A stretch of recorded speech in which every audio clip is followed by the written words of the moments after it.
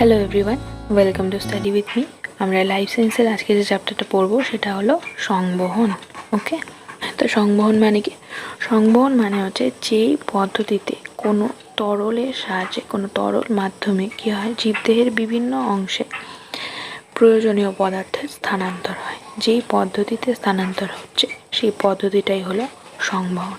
ওকে, তো সংবহন যেমন উদ্ভিদ দেহে সংবহন কলা সম্পর্কে আমরা পড়েছি যে জাইলেম ফ্লোয়েম আছে। উদ্ভিদ দেহে সংবহনের মাধ্যম কি? সংবহনের মাধ্যম হলো জল। আমরা দেখেছিলাম যে জাইলেম ফ্লোয়েমের মাধ্যমে উদ্ভিদ দেহে সংবহন হয়। জাইলেমের সংবহন কেমন হয়? জাইলেমের সংবহন সবসময় হয় একমুখী, তাই না? এটা আমরা পড়েছিলাম। আর ফ্লোয়েমের সংবহন কেমন হয়? ফ্লোয়েমের সংবহন হয় উভমুখী। কারণ ফ্লোয়েম কী করে, জাইলেম কী করে, শুধুমাত্র মাটি থেকে জল উপরে সংবহন করে পাতায়। আর ফ্লোয়েম কী করে, খাদ্য যেই অংশে তৈরি হচ্ছে সে পাতায় হোক, মানে যে কোনো জায়গায় হোক, ওপরের পাতায় হোক বা নিচের পাতায় হোক, সমস্ত জায়গায় ওপর থেকে নিচে, সাইডে, সব জায়গায় স্থানান্তর করে ফ্লোয়েম। তাই ফ্লোয়েমের সংবহনটা উভমুখী হয়, জাইলেমের কিন্তু একমুখী হয়। এই জায়গাটা মনে রাখতে হবে। তো উদ্ভিদের ক্ষেত্রে সংবহনের মাধ্যম হলো জল, তাই তো। আর প্রাণীদের ক্ষেত্রে কিছু অনুন্নত প্রাণী আছে, যেমন স্পঞ্জ, হাইড্রা,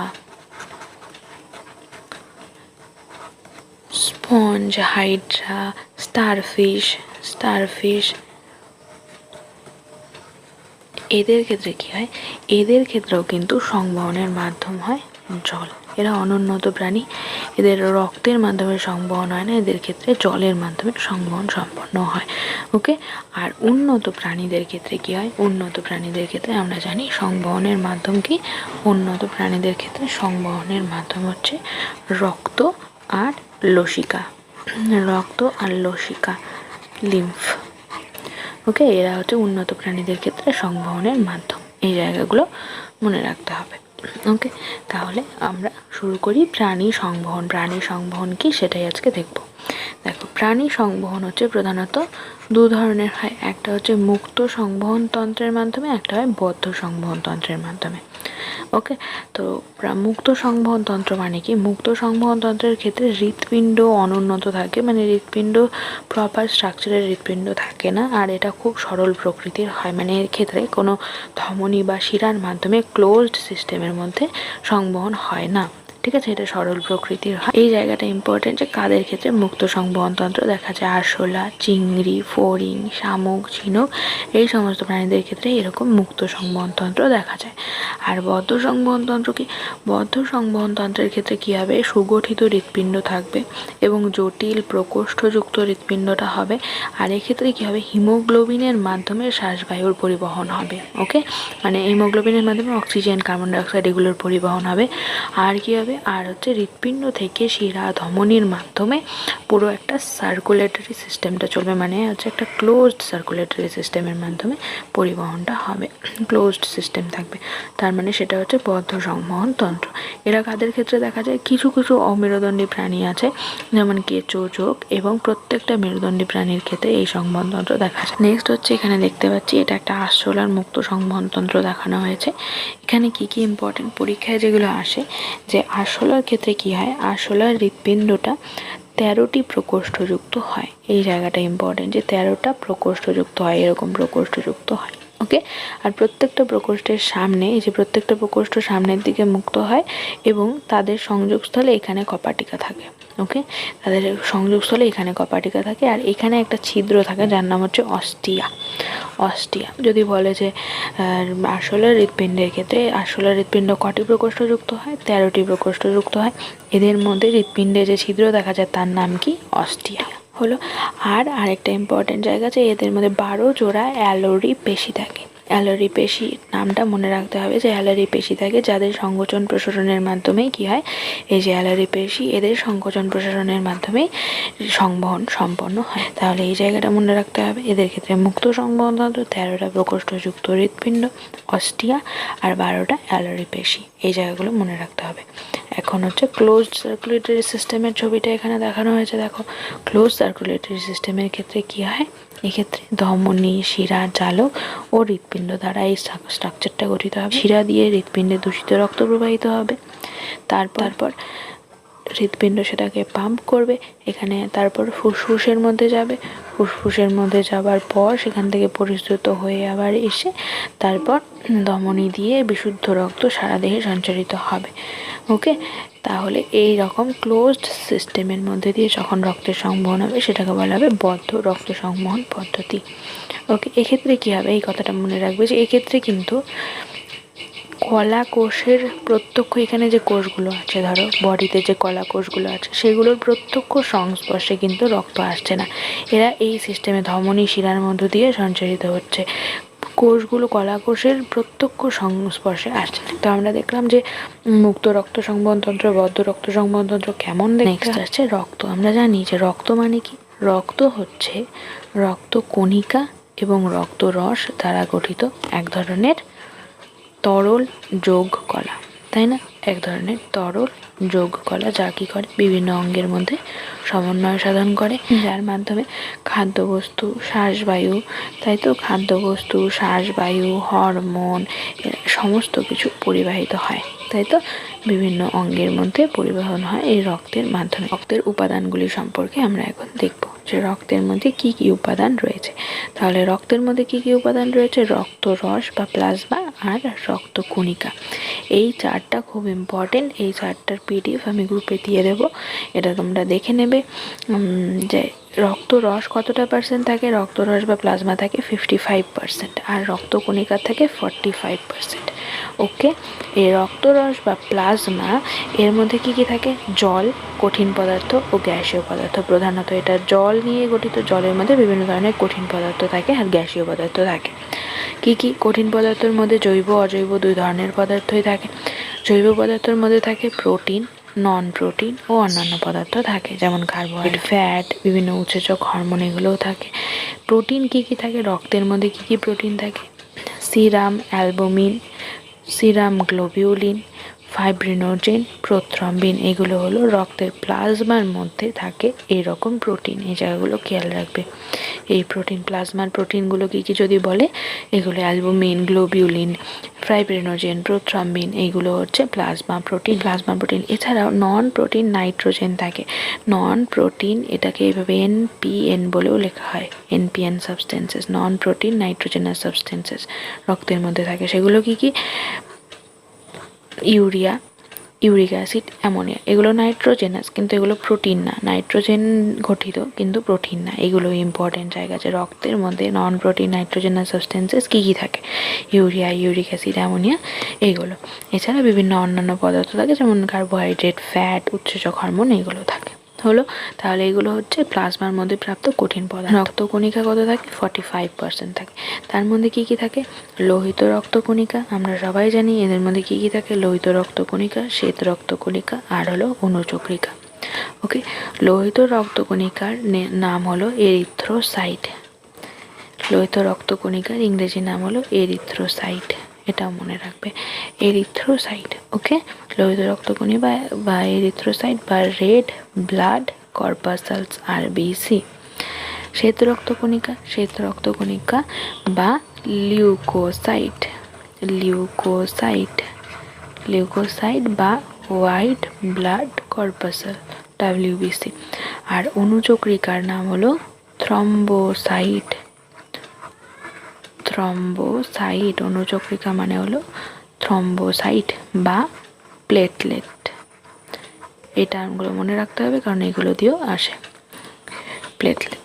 ওকে, লোহিত রক্তকণিকায় মেনলি থাকে সেটা হচ্ছে 91 থেকে 92% লোহিত রক্তকণিকায় থাকে, 8 to 9% শ্বেত রক্তকণিকা থাকে, অনুচক্রিকা 1 to 2% থাকে। এই জায়গাগুলো খেয়াল রাখতে হবে যে কোন রক্তকণিকা কতটা থাকে। এখন শ্বেত রক্তকণিকাকে আবার দুভাগে ভাগ করা হয়। দু ধরনের শ্বেত রক্তকণিকা থাকে, একটা হলো গ্র্যানুলোসাইট মানে দানাদার, আর আরেকটা হলো অ্যাগ্র্যানুলোসাইট মানে অদানাদার। গ্র্যানুলোসাইট মানে দানাদার, এর চারদিকে এরকম দানা থাকবে। ওকে, এর যে টাইপসগুলো হবে ওদের পাশে দানা থাকবে, গ্র্যানুলোসাইট। আর অ্যাগ্র্যানুলোসাইট মানে অদানাদার, এদের মধ্যে দানা থাকবে না। তাহলে কি গ্র্যানুলোসাইটের মধ্যে কী আছে, নিউট্রোফিল, ইউসিনোফিল, বেসোফিল, এই 3 ধরনের ডাব্লিউবিসি আছে যারা গ্র্যানুলোসাইট, নিউট্রোফিল, ইউসিনোফিল, বেসোফিল। আর অ্যাগ্রানুলোসাইট আছে যারা লিম্ফোসাইট এবং মোনোসাইট। ওকে, তাহলে এদের মধ্যে এটা মনে রাখবে, নিউট্রোফিল সবচেয়ে বেশি পরিমাণে থাকে, নিউট্রোফিল সবচেয়ে বেশি থাকে। আর এদের মধ্যে মোনোসাইট হচ্ছে সবচেয়ে বড়, সবচেয়ে বেশি থাকে হচ্ছে নিউট্রোফিল, আর সবচেয়ে বড় আয়তনে হয় মোনোসাইট। এই দুটো কোশ্চেনে আসে যে কোন ডাব্লিউবিসিটা সবচেয়ে বেশি পরিমাণে থাকে, তাহলে সেটা হবে নিউট্রোফিল। আর যদি বলে কোন ডাব্লিউবিসির আকার সবচেয়ে বড়, সেটা হবে মোনোসাইট। ওকে, এই দুটো কোশ্চেনও আসে পরীক্ষায়।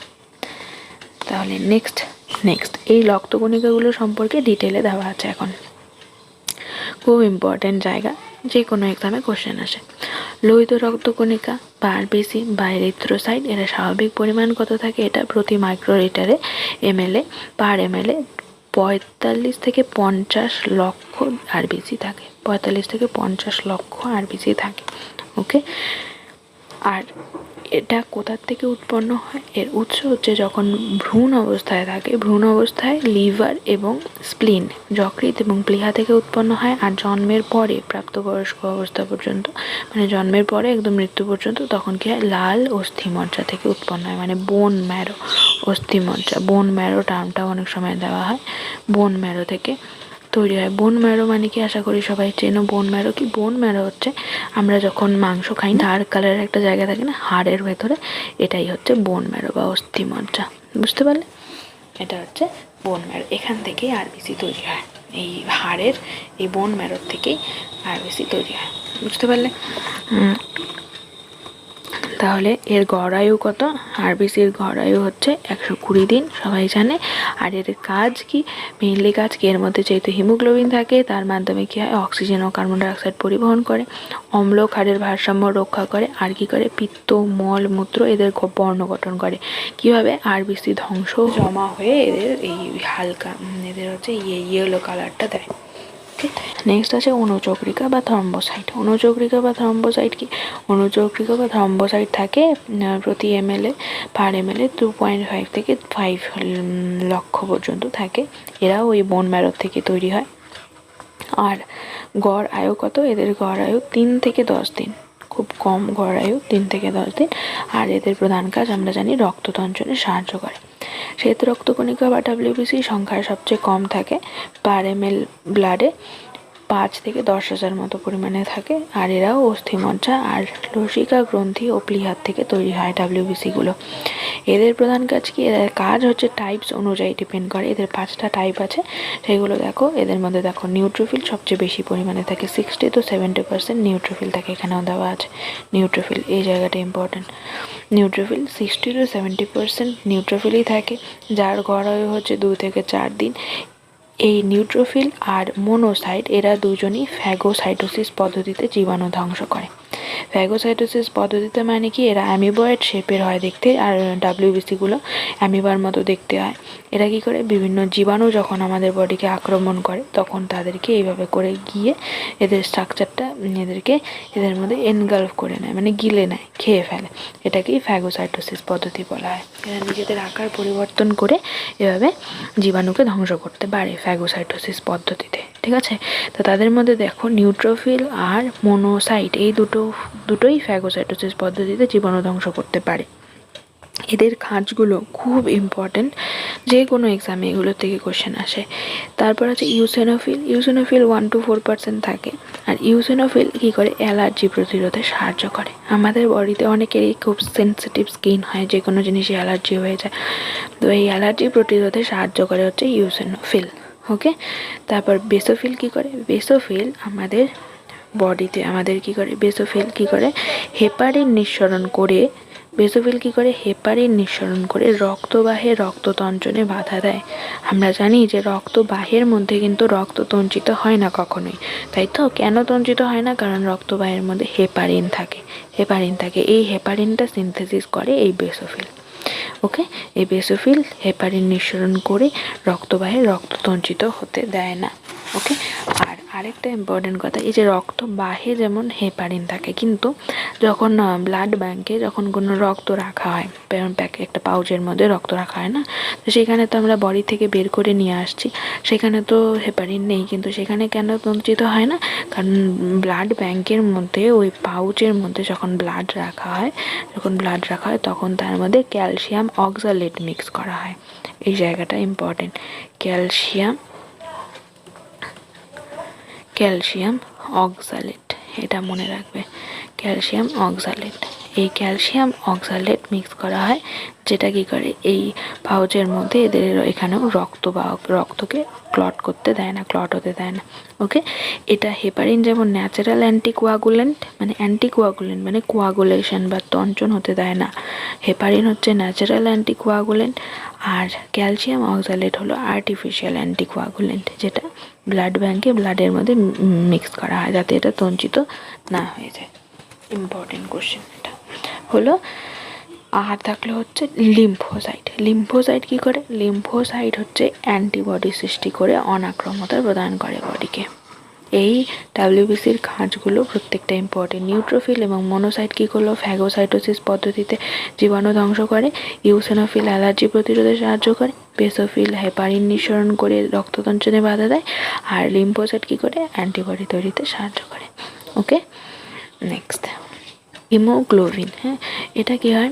রক্তের মধ্যে থাকা রঞ্জক পদার্থ, যেটা কি হয়, দুটো পার্ট আছে, হিম আর গ্লোবিন। গ্লোবিন প্রোটিন এবং হিম নিয়ে গঠিত। ওকে, লৌহ গঠিত হিম পদার্থ নিয়ে গঠিত। দুটো পার্টের মধ্যে লোহা থাকে এবং গ্লোবিন প্রোটিন থাকে। একজন প্রাপ্তবয়স্ক লোকের ক্ষেত্রে হিমোগ্লোবিনের পরিমাণ কতটা? একজন প্রাপ্তবয়স্ক লোকের ক্ষেত্রে 100 ml ব্লাডে হিমোগ্লোবিনের গড় পরিমাণ হবে 14.5 গ্রাম। ওকে, মেলদের ক্ষেত্রে একটু কম হয়, 12 থেকে 13 পর্যন্তই ন্যাচারাল 13 থাকে, আর মেলদের ক্ষেত্রে 14.5 এরকম থাকে। নবজাতকদের ক্ষেত্রে হিমোগ্লোবিন পরিমাণ এদের ক্ষেত্রে খুব বেশি থাকে, 23 গ্রাম হয় 100 ml রক্তে, 23 গ্রাম। যারা সদ্যজাত শিশুদের ক্ষেত্রে হিমোগ্লোবিন খুব বেশি পরিমাণে থাকে। হিমোগ্লোবিনে লোহার পরিমাণ কত থাকে? 0.034% লোহা থাকে হিমোগ্লোবিনে। ওকে, একজন প্রাপ্তবয়স্ক লোকের রক্তে মোট 3 গ্রাম লোহা থাকে। টোটাল রক্তে মোট 3 গ্রাম লোহা থাকে। এই লোহা হিমোগ্লোবিন গঠনে সাহায্য করে। ওকে, আর এটা আমরা কিন্তু পড়েছিলাম যে আরবিসির শেপটা কেমন হয়। আরবিসির মধ্যে ভেতরে হিমোগ্লোবিন থাকে, হিমোগ্লোবিনকে জায়গা দেওয়ার জন্যই এর ভেতরে কিন্তু নিউক্লিয়াস এবং অন্যান্য কোষ অঙ্গাণুগুলো থাকে না। নিউক্লিয়াস, মাইটোকন্ড্রিয়া এরা থাকে না। আর মাইটোকন্ড্রিয়া থাকে না বলে একে কী করতে হয়? অবাধ শোষণ করতে হয়, তাই তো। হিমোগ্লোবিনের আরবিসির মধ্যে মাইটোকন্ড্রিয়া থাকে না, তাই জন্য এ অবাধ শোষণ করে। এই জায়গাগুলো কিন্তু রিলেট করে পড়বে, তাহলে মনে থাকবে। নেক্সট হচ্ছে ব্লাড গ্রুপ পড়বো, তার আগে টার্মগুলো জেনে নিই। 3টে টার্ম, সেগুলো হচ্ছে অ্যান্টিজেন, অ্যান্টিবডি। অ্যান্টিজেন মানে কি?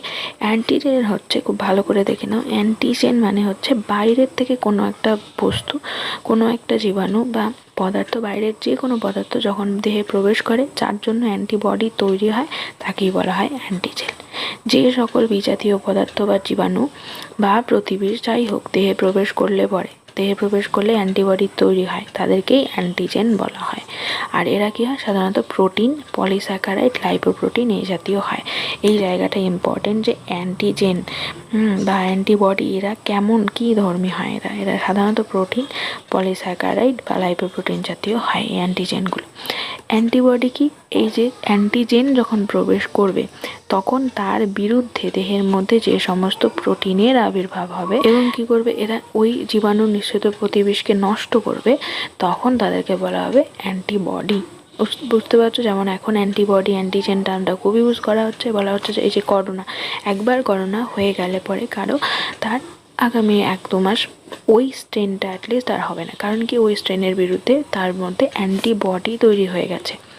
করোনা যখন বডিতে প্রবেশ করলো তখন তার বিরুদ্ধে অ্যান্টিবডি, এই প্রোটিন ধর্মী পদার্থ উৎপন্ন হয়েছে, যেটা হচ্ছে অ্যান্টিবডি। তাই অন্য স্ট্রেন আসলে অবশ্যই হতে পারে, কিন্তু সেই স্ট্রেনটা আর হবে না, কারণ অ্যান্টিবডি তৈরি হয়ে গেছে। এরা হচ্ছে ইমিউনোগ্লোবিউলিন নামে পরিচিত। এই এটা একটা প্রোটিন ধর্মী পদার্থ। এটা কেমন প্রোটিন? Immunoglobulin protein. অ্যান্টিবডি মানে ইমিউনোগ্লোবিউলিন। যাকে বলা হয় আইজি, এভাবে লেখা হয় ইমিউনোগ্লোবিউলিন। খুব ইম্পর্টেন্ট জায়গাগুলো, এগুলো সব মনে রাখবে। যে অ্যান্টিজেন মানে কি, প্রোটিন, পলিস্যাকারাইড, হাইপোপ্রোটিন এই ধর্মী হয়। অ্যান্টিবডি প্রোটিন ধর্মী হয়। কেমন প্রোটিন? Immunoglobulin protein. ওকে।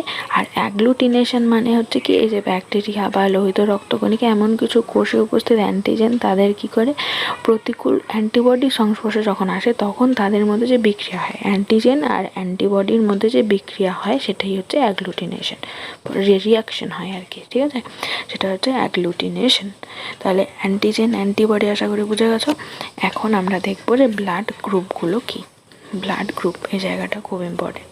ব্লাড গ্রুপ দেখো, 1901 সালে 1901 কার্ল ল্যান্ডস্টেইনার, এই নামটা মনে রাখবে, কার্ল ল্যান্ডস্টেইনার এই বিজ্ঞানী, কার্ল ল্যান্ডস্টেইনার ইনি কী করেন, 1901 কী করেন, রক্তের মধ্যে অবস্থিত অ্যান্টিজেন এবং অ্যান্টিবডির উপস্থিতি অনুযায়ী, একটু আগে যে অ্যান্টিজেন অ্যান্টিবডি পড়লাম, সেই অ্যান্টিজেন ও অ্যান্টিবডির উপস্থিতি অনুযায়ী এই কার্ল ল্যান্ডস্টেইনার রক্তকে 4টি ভাগে ভাগ করেন, অর্থাৎ কি রক্তের শ্রেণী বিভাগ করেন। ওকে। এবং সেই ব্লাড গ্রুপিংকে তিনি নাম দেন ABO blood group, ABO blood group নাম দেন। ওকে, ABO ব্লাড গ্রুপ নাম দেন। ওকে।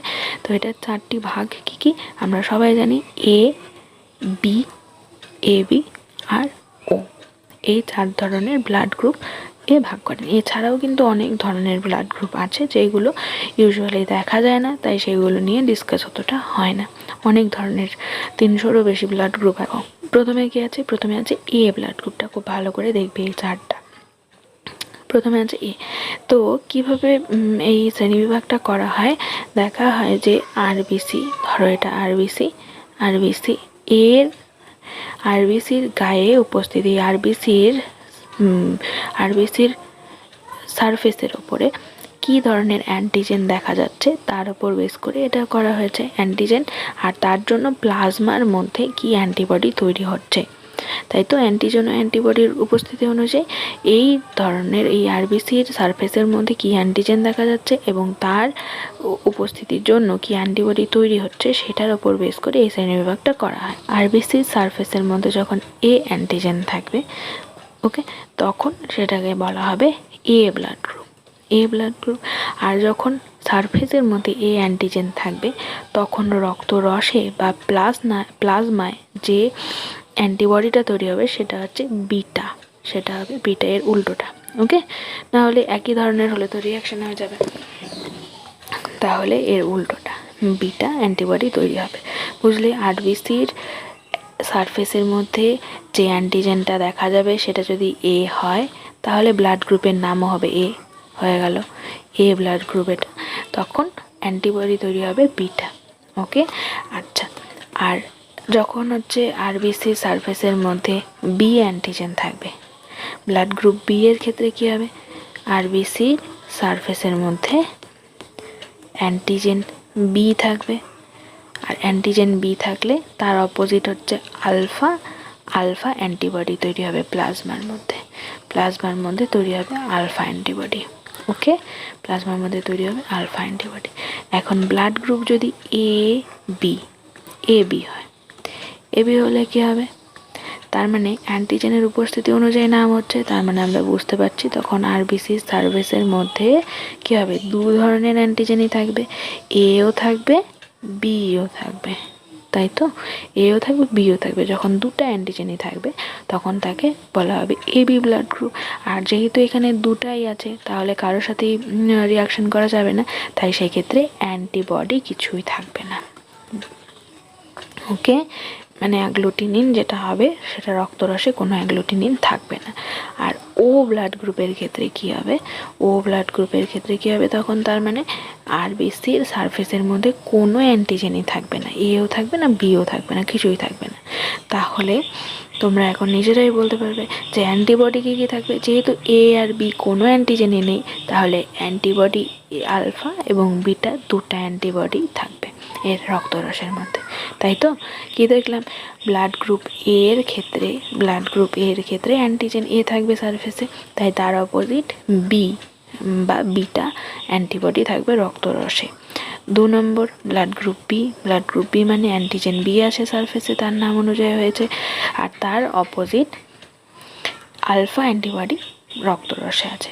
3 নম্বর এ বি, তার মানে অ্যান্টিজেন দুটোই আছে, তার মানে অ্যান্টিবডি কোনোটাই থাকবে না। আর যাদের সারফেসে কোনো অ্যান্টিজেনই নেই, তার মানে ওটা হচ্ছে ও। অ্যাকচুয়ালি এটা ও না, এটা ছিল হচ্ছে 0, এটা হচ্ছে 0, কিন্তু যেহেতু এ বি এরকম লেখা হয়েছে তারপর সেটাকে ও বলা হয়। তো এটা ঠিক আছে, এটা আসলে 0 মানে কিছু নেই, তাই এটাকে 0 বলা হয়। ওই 0টাকেই পরে ও বলা হয়েছে, যেহেতু এ বি করা হয়েছে এই জন্য। তাহলে ও। এরপর দেখো এর মধ্যে, এ ব্লাড গ্রুপের মধ্যে এ অ্যান্টিজেন আছে, তাহলে এ কাকে কাকে রক্তদান করতে পারবে? এ কে তো অবশ্যই দিতে পারবে। আর এ দেখো এ বির মধ্যেও এ অ্যান্টিজেন আছে, তাহলেও এ বিকেও দিতে পারবে। ওকে, এ কে আর এ বিকে দিতে পারবে। বি কাকে কাকে দিতে পারবে?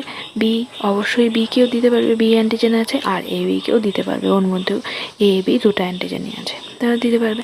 এ বি কাকে দিতে পারবে? দেখো এ বি বোথ অ্যান্টিজেন শুধু ওরই আছে, আর কারণে, তাহলে এ বি শুধু এ বিকেই দিতে পারবে। আর ওর মধ্যে দেখো কিচ্ছুই নেই, তাই ও অন্য যে কাউকে দিলেও ওদের মধ্যে কোনো রিয়াকশন হবে না। ও সবাইকেই, ওর ব্লাডটা সবাইকেই দেওয়া যাবে, কারণ এদের মধ্যে কোনো রিয়াকশানই হবে না, কারণ কোনো অ্যান্টিজেন নেই, তাই কারোর সাথে রিয়াকশানের ব্যাপার নেই। তাই ও, এ বি, এ বি আর ওই 4টা ব্লাড গ্রুপকেই ব্লাড দিতে পারবে। এই জন্য ওকে বলা হয় কি, সার্বিক দাতা বলা হয় ওকে। আর গ্রহণ করতে পারবে কার কার থেকে? এ কার কার থেকে গ্রহণ করতে পারবে? এক তো এর থেকে নিতে পারবে সেম ব্লাড গ্রুপ, আর কার থেকে নিতে পারবে? আর কি হবে? ও এর দেখো কোনো অ্যান্টিজেন নেই, তাই তো, ও এর গায়ে কোনো অ্যান্টিজেন নেই, তাহলে ওর থেকে নিতে পারবে। বি তো বি নিজের থেকে নিতেই পারবে, এছাড়া কার থেকে নিতে পারবে? ও, কারণ ও এর গায়ে কোনো অ্যান্টিজেন নেই, রিয়াকশন হবে না, ওর থেকে নিতে পারবে। তারপর, কারণ যখন ব্লাড ট্রান্সফার করা হয় তখন এই কর্পাসেলসগুলো, রক্তকণিকা মেনলি ট্রান্সফার করা হয় হলো। তারপর এ বি ব্লাড গ্রুপ কার থেকে নিতে পারবে? দেখো এ বি ব্লাড গ্রুপের মধ্যে দুটো অ্যান্টিজেনই আছে, বিও আছে, এও আছে, তাই তো। তাই যদি ব্লাড গ্রুপের রক্ত যদি দেওয়া হয় তাহলেও কোনো প্রবলেম হবে না, কারণ এর মধ্যে এ অ্যান্টিজেন তো আছে। বি ব্লাড গ্রুপের ব্লাড যদি দেওয়া হয় তাহলেও প্রবলেম হবে না, কারণ বি অ্যান্টিজেনও আছে। তাহলে এ কিন্তু এর থেকে, বি থেকে, এ বির থেকে, আর ওর থেকে তো অবশ্যই নিতে পারবে, কারণ ও এর গায়ে তো কোনো অ্যান্টিজেন নেই, তাই ও যে কোনো রক্ত গ্রুপকে রক্ত দিতে পারবে, কোনো প্রবলেম হবে না, কারণ এদের কোনো অ্যান্টিজেনই নেই, রিয়াকশানের কোনো ব্যাপার নেই। তাহলে এ বি ও এই 4টার থেকেই রক্ত নিতে পারবে এ বি। আর ও কার থেকে নিতে পারবে? দেখো ওর যেহেতু নিজের কোনো গায়ে অ্যান্টিজেন নেই, তাহলে এর থেকে যদি দেওয়া হয়, এর রক্ত যদি দেওয়া হয়, তাহলেও এর প্রবলেম হবে, কারণ এতে এ অ্যান্টিজেন আছে, রিয়াকশন করবে। বির যদি রক্ত দেওয়া হয়, বি অ্যান্টিজেন আছে, প্রবলেম করবে। এ বি দুটাই আছে, তাহলেও প্রবলেম করবে। তাই ও কিন্তু শুধুমাত্র এর ব্লাড গ্রুপই নিতে পারবে, আর কারোরটা নিতে পারবে না, কারণ ওদের মধ্যে কিচ্ছু নেই। তো অন্য কোনো জিনিস দিলে পরে ও চিনবে না জিনিসটাকে, রিয়াকশন হবে। তাই জন্য এখান থেকে এখন তোমরা নিজেরাই বলতে পারবে কে সার্বিক দাতা আর কে সার্বিক গ্রহীতা। ও এর যেহেতু গায়ে কোনো অ্যান্টিজেন নেই, তাই ও সবাইকে দিতে পারবে, কোনো প্রবলেম হবে না কারো, তাই এটাকে বলা হয় সার্বিক দাতা। ও হচ্ছে সার্বিক দাতা, যে সবাইকে ব্লাড দিতে পারবে। আর এবির বডিতে যেহেতু, এবির সারফেসের মধ্যে যেহেতু দুটো অ্যান্টিজেনই আছে, তাই এ সবাইকে সবার থেকে ব্লাড নিতে পারবে, এর কোনো প্রবলেম হবে না, কারণ এ অ্যান্টিজেনও আছে, বি অ্যান্টিজেনও আছে, তাই এ সবার থেকে ব্লাড নিতে পারবে। একে বলে সার্বিক গ্রহীতা। বুঝতে পারলে কেন বলা হয়? আশা করি ভুলবে না। তাহলে এ বি ব্লাড গ্রুপকে বলা হয় সার্বিক গ্রহীতা, আর ওকে বলা হয় সার্বিক দাতা। এই জায়গাটা ইম্পর্টেন্ট।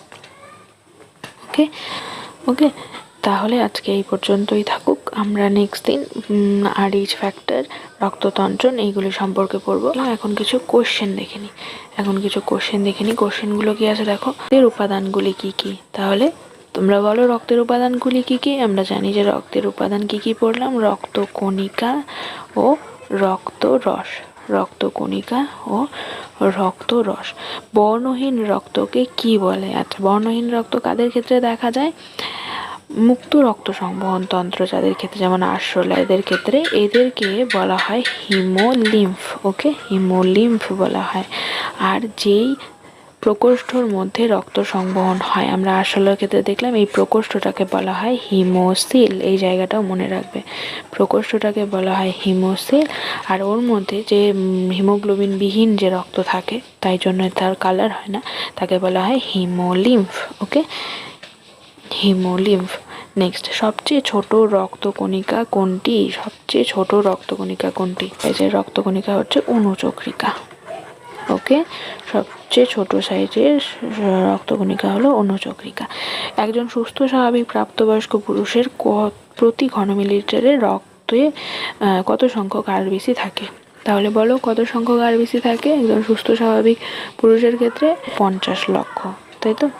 45 থেকে 50 লক্ষ থাকে। আর প্রাপ্তবয়স্ক স্ত্রী দেহে কত থাকে? স্ত্রী দেহে 45 থেকে 50 লক্ষ পর্যন্তই থাকে সুস্থ, একই 45 লক্ষ থেকে 50 লক্ষ পর্যন্ত থাকে। কোন প্রক্রিয়া আরবিসি উৎপন্ন হয়? এই কোশ্চেনটাও ইম্পর্টেন্ট কোশ্চেন। আরবিসি আমরা পড়লাম যে এরিথ্রোসাইট তৈরি হয় কোথা থেকে? অস্থিমজ্জা থেকে তৈরি হয় প্রাপ্তবয়স্ক অবস্থায়, তাই তো? আর একে বলা হয়, আরবিসির নাম এরিথ্রোসাইট তো। আর এই প্রক্রিয়াটা যে প্রক্রিয়ায় তৈরি হয় তাকে বলা হয় এরিথ্রোপয়েসিস। এরিথ্রোপয়েসিস, এটা মনে রাখবে। আরবিসিতে অবাধ শোষণ ঘটে কেন? তাহলে তোমরা পারবে, আরবিসিতে কেন অবাধ শোষণ ঘটে? কারণ কি? আরবিসিতে মাইটোকন্ড্রিয়া থাকে না, তাই। আরবিসিতে যেহেতু মাইটোকন্ড্রিয়া থাকে না হিমোগ্লোবিনকে স্পেস দেওয়ার জন্য, তাই জন্য একে এর মধ্যে অবাধ শোষণ ঘটে। কোন রক্তকণিকা আকার পরিবর্তন করতে পারে? এটাও আমরা বললাম একটু আগে। কোন রক্তকণিকা আকার পরিবর্তন করতে পারে? অ্যান্সারটা হবে ডাব্লিউবিসি, তাই না? রক্তে ডাব্লিউবিসি এবং আরবিসি এর অনুপাত কত? রক্তের ডাব্লিউবিসি এবং আরবিসি এর অনুপাত থাকে 1:700, ঠিক আছে? আর এবিও রক্ত শ্রেণীর উদ্ভাবক কে? এবিও রক্ত শ্রেণীর উদ্ভাবক কে? Karl Landsteiner. Karl Landsteiner. Okay, Karl Landsteiner 1901-এ রক্তের গ্রুপ আবিষ্কার করেন। তাহলে আমরা রক্ত সংবহন এবং রক্ত সংবহন সম্পর্কে দেখলাম এবং তার কতগুলো কোশ্চেনও সলভ করে নিলাম। ভিডিওটা ভালো লাগলে অবশ্যই লাইক করে দিও, সবার মধ্যে শেয়ার করো। আর যারা এখনও সাবস্ক্রাইব করোনি তারা সাবস্ক্রাইব করে নোটিফিকেশনের জন্য পাশে বেল আইকনটা প্রেস করে রাখো।